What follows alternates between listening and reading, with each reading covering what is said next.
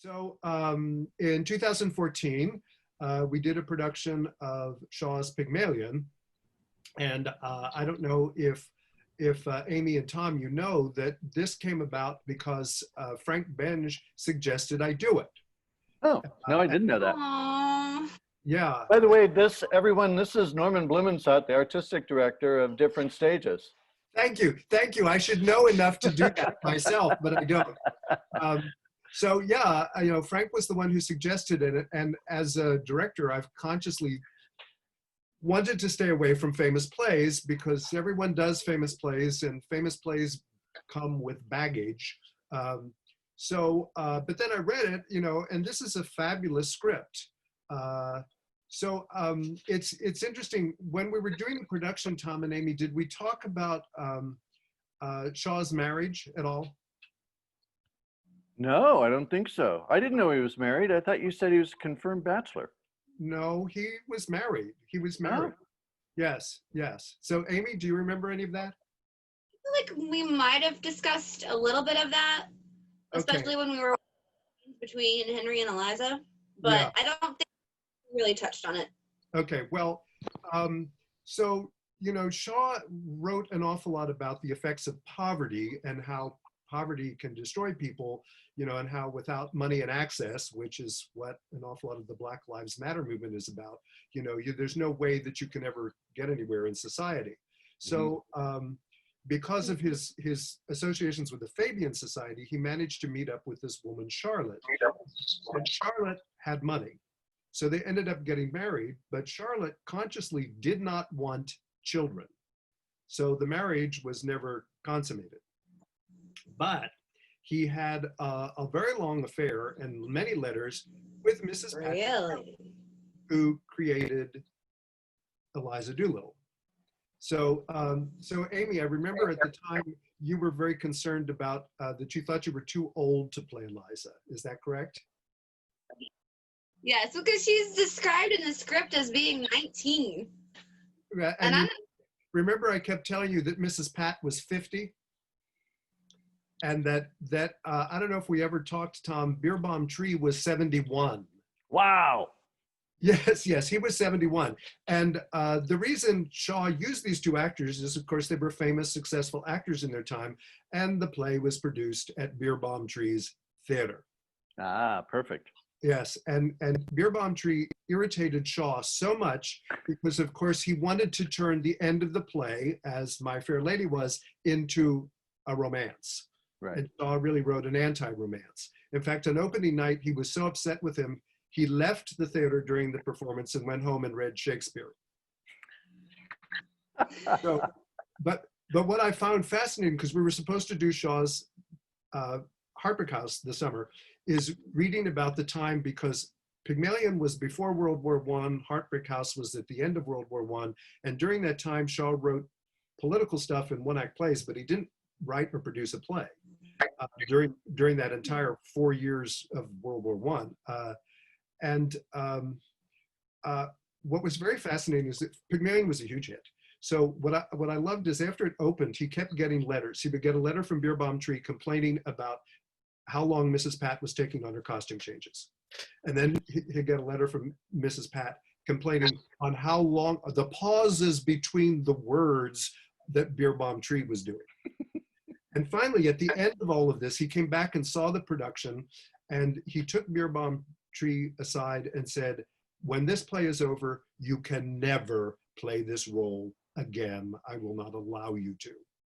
So anyways, that's just sort of a bit of a thing. So anything you want to say about remembering doing it, either one of you? Amy? Well, I've been kind of thinking about it since, got the email about doing this, and things like really stand out. It just like the costume changes, like, because you just mentioned it. Like, that's the first time I ever had to have any help. I had to have like 5 hands to get into my costumes, and also I had to do it pretty quickly. And then just the I thought of that milk crate I sat on in Act 1 that kept breaking. So I'd have to like do like a test sit before I entered to make sure that I wasn't fall through during the performance, which Jonathan will tell you I have a belligerent butt. Ah, Yeah, we had to have a backup milk crate too, just in case. yeah, Jonathan Urso was the stage manager. So Tom, anything you remember? Well, I remember it being a lot of fun. I really enjoyed playing Henry Higgins because he's such a strong, odd, belligerent. Well, not belligerent. What's the word I'm looking for? He's almost pig-headed, but he's kind of fun too. There's a whimsy to him. And he was a ton of fun to play because he's rude and he doesn't care about it. Just a fun character to play. And I enjoyed I enjoyed the rehearsals. I enjoyed the performances. I just remember really enjoying that play. So you both know that where we rehearsed at Waller Creek, that building no longer exists. Yeah. We Have go you- by there occasionally. I live nearby, and that old school building is all gone. The new hotel is up and operating. I don't know if anybody's in there, but Yeah, the newspaper said their rooms are 525 a night. Yeah, yeah. So Lord knows who can afford that. But and the building's very strange because the building was there forever and ever, and supposedly there was a fire inside the building, which is why they had to take the building down. Because I think the person who owned it had gone to school there, and there was this emotional attachment to the building that they didn't want to tear it down. And the problem is, once the building was gone, it was in the 500-year floodplain, so no more, Oh, you couldn't rebuild. no, ever, I Yeah. don't think, unless it went up. So so anything else did you remember? Did anyone any other thing about the production at all that you want to talk about? I remember the closeness of the cast and how they all bonded. We all bonded.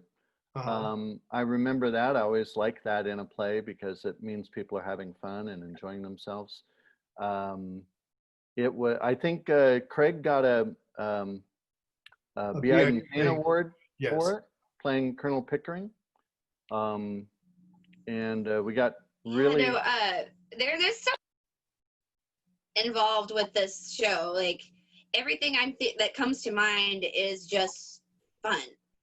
And then there's I was kind of looking for my old phone, where I would record my lines in the dialect and then play them back to make sure that I had distinctive enough difference between Queen's English and the Cockney, because her character is perceived around the way she speaks. And so it was really, really important to me to make sure that, one, the pronunciation was perfect in dialects, and also that you could understand what I was saying, because Cockney is not easy to understand to like an Americanized ear when you do it too quickly.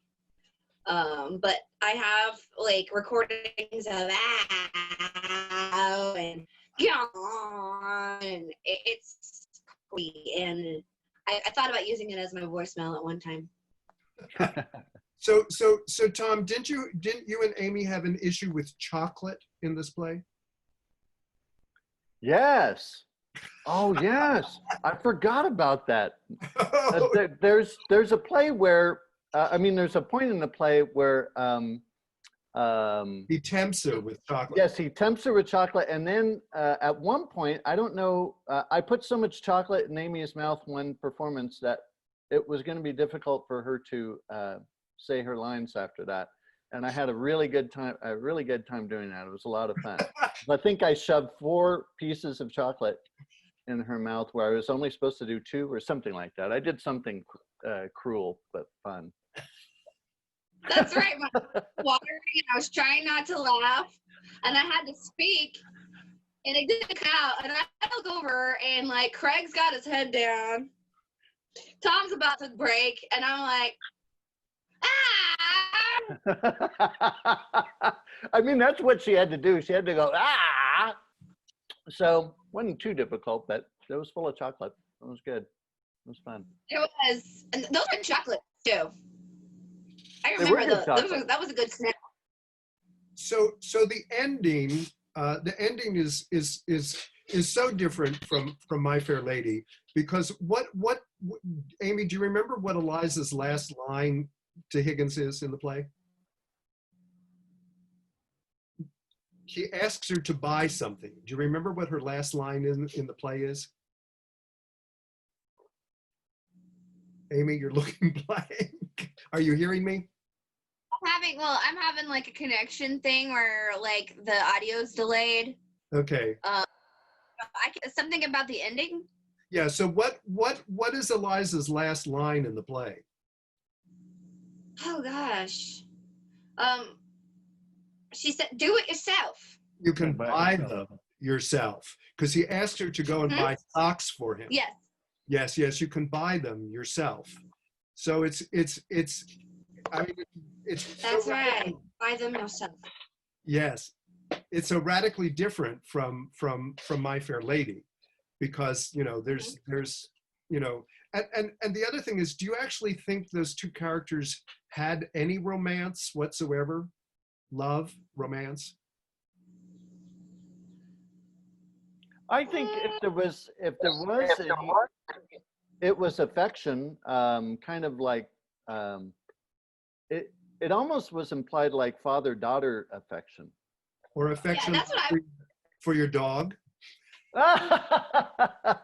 Well, he certainly said that. It's funny because he put lines in Higgins' face, where in Higgins' mouth, where he does make it sound like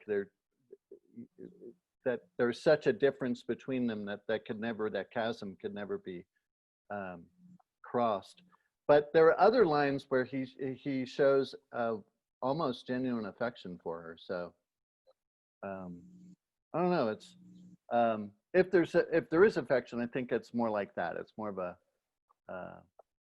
semi-platonic father-daughter thing. So Amy, how did you view that relationship? Well, I agree that I think that she probably viewed him kind of like a father figure, because obviously her father is this reprobate. But I also think that in the beginning she viewed him as kind of her savior in a way. The person that was going to change her life, and I think you tend to romanticize people who have that ability to do that for you. And I think the bloom came off that rose the night, she impressed everyone at the ball, and Higgins and Pickering congratulated themselves instead of her. Yeah. I think that was the real turning point. When she was like, "Oh my God, I was an experiment. That's it. They don't really care that much about me. And they were supposed to take care of me, and I'm supposed to move on from here, and that didn't happen." So I don't know that it was necessarily ever romantic, but I think it was definitely like a daddy savior kind of relationship. But Eliza goes into it looking to like get a job, but when all is said and done, doesn't she come to the realization Everybody's that what she's fit for now is to basically be a wife, and a wife equals a paid prostitute? Mm-hmm. Yes, because doesn't she have all those lines? You've left me with nothing to do. Now I can pretend to be of another class, but all that gives me the ability to do is to marry someone wealthy, and be, you know, because that was, you know, that's kind of the time period. One of Shaw's things that, you know, is our wives basically a paid prostitute, you know. Right.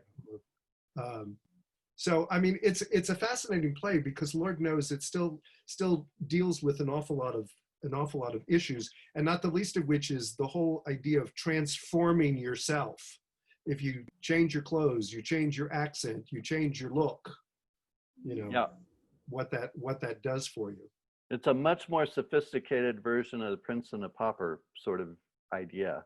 Yeah. That that class is mainly a thing we wear that can be that really doesn't get down to the core of the human being. It's an exterior, and all his socialist themes come through in this play. One of the reasons I was fascinated by it, the fact that Doolittle, the father, is basically selling off his daughter to this rich guy.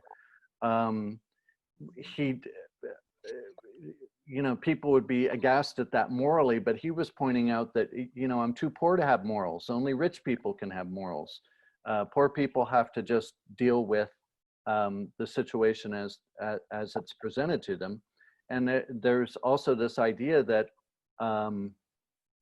that's really what marriage is. It's like it's a transaction between two men, and the woman is just the thing being transacted, and he's just being naked about it, whereas everybody else isn't naked about it. So there's a lot of really interesting social commentary that comes from his firm belief in socialism. So I think that's really, but of course it's so brilliantly written that it's funny, it's interesting, it's clever, it's listenable, it's not polemic at all. It's a real fun play to watch. Well, I think that's because Shaw always wanted to, you know, have serious ideas, but you can sell a serious idea if you can laugh at it. Right. So I don't think that much has changed. I mean, because I still think, you know, which we're experiencing, that, you know, poverty and, you know, your ability to have any kind of social class is you know, is important. And so I have a question for both of you, because I firmly believe this. Is America a class-driven society? Oh, yeah. Mhm. As currently constituted. Absolutely. And Yeah.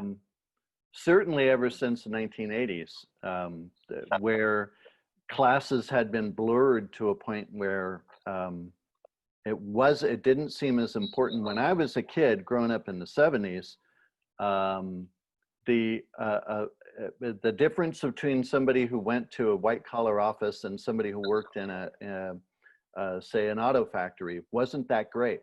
They both made about the same amount of money. The one was white collar, one was blue collar, but there wasn't this big distinction between them. After the 80s, that became a huge, and the whole tech revolution, that became a huge deal. Those middle class jobs that paid really well and allowed people to send their kids to college, they fell away. And so the class structure became more pronounced. And yeah, you're pointing out, Norman, that people are asked to pick themselves up by their bootstraps when they don't even have boots. So yeah. It's you know, that has been made very clear. Yeah. So Amy, Well, yes, go. Well, I was thinking, like, in terms of education, you know, it used to be that a college degree meant something, and instead of just $50,000 in debt. So, I mean, and if you're from a wealthy family, you never have to worry about it. No big deal. But it enables people financially for decades to graduate, and then, like, the meaning of the degree itself is like, oh well, you were dumb for doing that, and so we're gonna. I don't know. There is definitely a class structure here where we're trying to improve ourselves But the 1%, I should say, or the upper echelon of American society, makes it almost impossible for people to just do like what my parents did, work summers between college and be able to pay your tuition for the rest of the year. Did that make any sense? Yep. So Amy, are you in your trailer? Your trailer. I am. You are. Okay. Okay. You Okay. can tell. It looks good. Yes. Yes, it does. It does. So, Over here. yes. So I don't know. I think. Do you think we've just about covered it? That should be more than enough. Yeah. I wanted to ask you a question, Norman, though, because you've done a lot of Shaw plays. You're clearly a big fan of Shaw. Why do you like him so much? And why do you find him so interesting to produce his plays? Well, I mean, I think Shaw is a fascinating figure because he's not. He can be problematic. I mean, I do think he's an interesting figure because, you know, here is a person who self-made himself. You know, he was poor Irish, and he got to where he was by, you know, being a drama critic and an opera critic, and then speaking in public. And, you know, I think he's the perfect example of someone who can argue every single point of an idea. And the other thing is that he has that phrase, what is it? Some people say something, you know, that you can't do that, and I say, why not? And what I always find fascinating about him is there's also the sense of he will go for the good laugh every single time.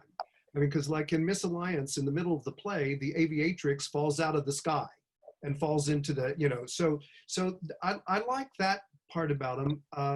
I do like the fact that, you know, he requires something from the audience, you know, that the audience can't sit there passively. You gotta, you know, you can be entertained and find it funny, but you've got to work at it. And even if you disagree with the socialistic point of view, as an awful lot of people do, you know, you're still being given something. So, I think that did that answer both questions? Did that answer like why I like Shaw? What was the other question? Well, just that was it. I mean, it was just you do it a lot. You clearly like him. I was just wondering what it is that fascinates you about him. Well, the other thing that I find fascinating, and this may be showing my age, is you know, an awful lot of those playwrights from the turn of the last century were still dealing with all of their issues. You know, we're still, you know, that's why I've been doing lots of Ibsen. You know, we haven't gone back. We've only ever done one Strindberg, but Lord knows, and Chekhov. It still seems like an awful lot of those issues are still with us. You know, and that may be more of my masterpiece theater, you know, point of view. But so that's, you know, that's kind of where, because the play that we were supposed to do, Heartbreak House, you know, ends with the bombs exploding from World War I, and the people's reaction is, you know, don't turn off the lights and hide. No, turn off the lights and let them find us. You know, and I sometimes think with COVID, you know, everyone is rushing towards death, which is scary. Yeah. And not wearing their mask. So Amy, do you have any questions? Well, I didn't know that Frank was actually the one that suggested that, and yeah, that made my heart happy, considering, you know, we lost him a couple of months ago. I had no idea and almost started crying on Zoom. Yeah. I also was curious though. Did you see a production of Pygmalion at the Shaw Festival or anything like that? Yeah. That maybe work on that? Well, I'd seen it twice. I had seen a very traditional production like we did. And the last time they did, it was fascinating. They did the whole thing contemporary. And Eliza was an actress of color. And Higgins' room was filled with video equipment and recorders and all sorts of stuff. And Mrs. Higgins had become a professional interior decorator. So they did this whole sort of changing it over, and given, the fact that for the British, with all of their colonies, like America has colonies, although we call them territories, Right. there is this whole thing of the people coming to England, and I think now the whole world's reaction to the Black Lives Matter thing is an awful lot of all of those people who have been held down economically, are responding to all of that. But the one thing I will say about Frank, and maybe we can end it here, is an awful lot of times people give me suggestions. Like Frank, that was Frank's suggestion. Charlie Steight's suggestion was to cast Karen and Jenny in Arsenic and Old Lace. And an awful lot of times those things happen years later. So, when people say things like that to me, I think sometimes they think I'm not listening. Well, sometimes it takes a while to respond to those ideas.